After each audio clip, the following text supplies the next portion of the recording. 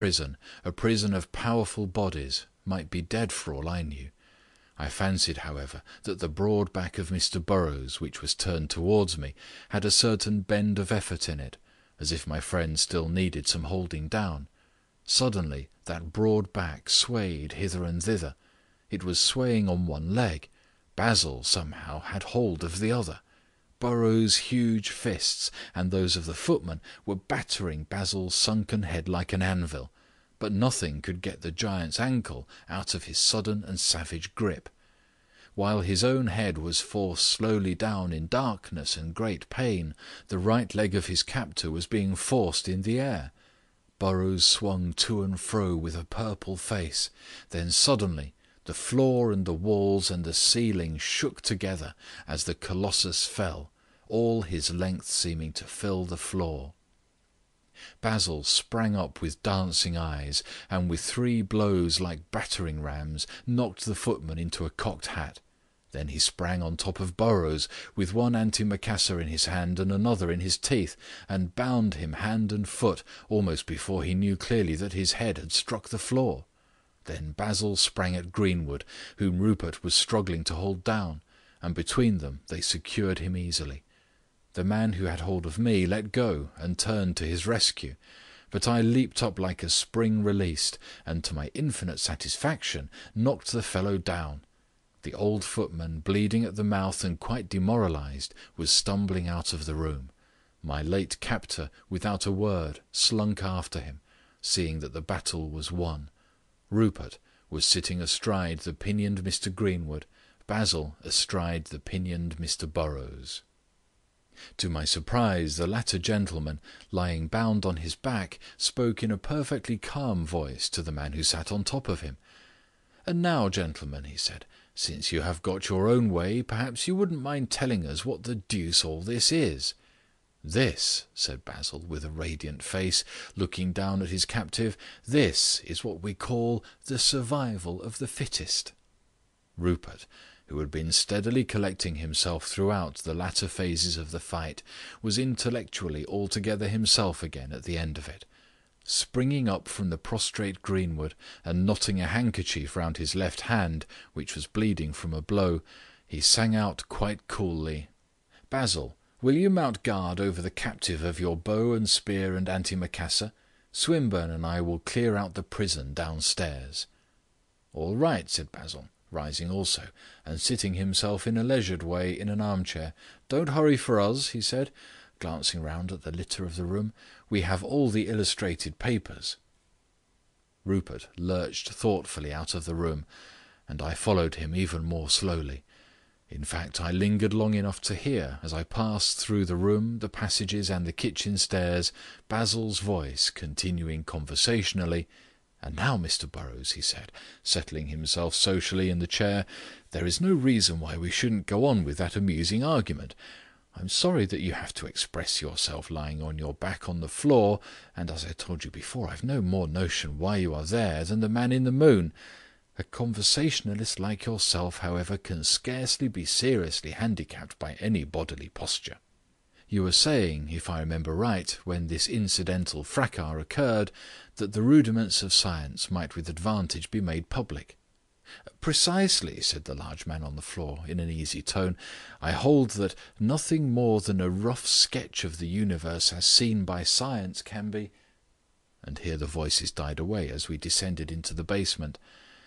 I noticed that Mr. Greenwood did not join in the amicable controversy. Strange as it may appear, I think he looked back upon our proceedings with a slight degree of resentment. Mr. Burrows, however, was all philosophy and chattiness. We left them, as I say, together, and sank deeper and deeper into the underworld of that mysterious house, which perhaps appeared to us somewhat more Tartarian than it really was, owing to our knowledge of its semi-criminal mystery and of the human secret locked below. The basement floor had several doors, as is usual in such a house, doors that would naturally lead to the kitchen, the scullery, the pantry, the servants' hall, and so on. Rupert flung open all the doors with indescribable rapidity. 4 out of the 5 opened on entirely empty apartments. The 5th was locked. Rupert broke the door in like a bandbox, and we fell into the sudden blackness of the sealed, unlighted room. Rupert stood on the threshold and called out like a man calling into an abyss. "Whoever you are, come out. You are free. The people who held you captive are captives themselves. We heard you crying, and we came to deliver you. We have bound your enemies upstairs, hand and foot. You are free."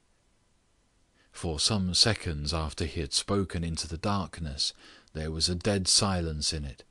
Then there came a kind of muttering and moaning. We might easily have taken it for the wind or rats if we had not happened to have heard it before. It was unmistakably the voice of the imprisoned woman, drearily demanding liberty, just as we had heard her demand it. "Has anybody got a match?" said Rupert grimly. "I fancy we have come pretty near the end of this business." I struck a match and held it up. It revealed a large, bare, yellow-papered apartment, with a dark-clad figure at the other end of it, near the window. An instant after, it burnt my fingers and dropped, leaving darkness. It had, however, revealed something more practical, an iron gas bracket just above my head. I struck another match and lit the gas, and we found ourselves suddenly and seriously in the presence of the captive. At a sort of work-box in the window of this subterranean breakfast-room sat an elderly lady with a singularly high colour and almost startling silver hair. She had, as if designedly to relieve these effects, a pair of Mephistophelian black eyebrows and a very neat black dress. The glare of the gas lit up her piquant hair and face perfectly against the brown background of the shutters. The background was blue and not brown in one place, at the place where Rupert's knife had torn a great opening in the wood about an hour before. "Madam," said he, advancing with a gesture of the hat, "permit me to have the pleasure of announcing to you that you are free. Your complaints happened to strike our ears as we passed down the street, and we have therefore ventured to come to your rescue." The old lady with the red face and the black eyebrows looked at us for a moment, with something of the apoplectic stare of a parrot.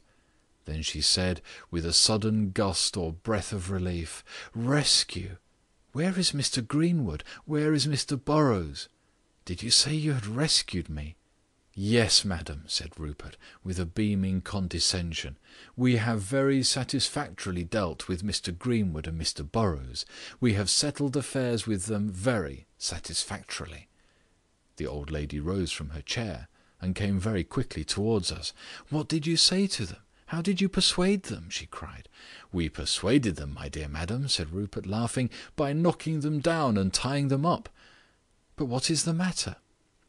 To the surprise of everyone, the old lady walked slowly back to her seat by the window. "Do I understand," she said, with the air of a person about to begin knitting, "that you have knocked down Mr. Burrows and tied him up?" "We have," said Rupert proudly. "We have resisted their oppression and conquered it." "Oh, thanks," answered the old lady, and sat down by the window. A considerable pause followed. "The road is quite clear for you, madam," said Rupert pleasantly. The old lady rose, cocking her black eyebrows and her silver crest at us for an instant. "But what about Greenwood and Burrows?" she said. "What did I understand you to say had become of them?" "They are lying on the floor upstairs," said Rupert, chuckling, "tied hand and foot." "Well, that settles it," said the old lady, coming with a kind of bang into her seat again. "I must stop where I am." Rupert looked bewildered. "Stop where you are?" he said. "Why should you stop any longer where you are? What power can force you now to stop in this miserable cell?" "The question rather is," said the old lady with composure, "what power can force me to go anywhere else?" We both stared wildly at her, and she stared tranquilly at us both. At last I said, "Do you really mean to say that we are to leave you here?"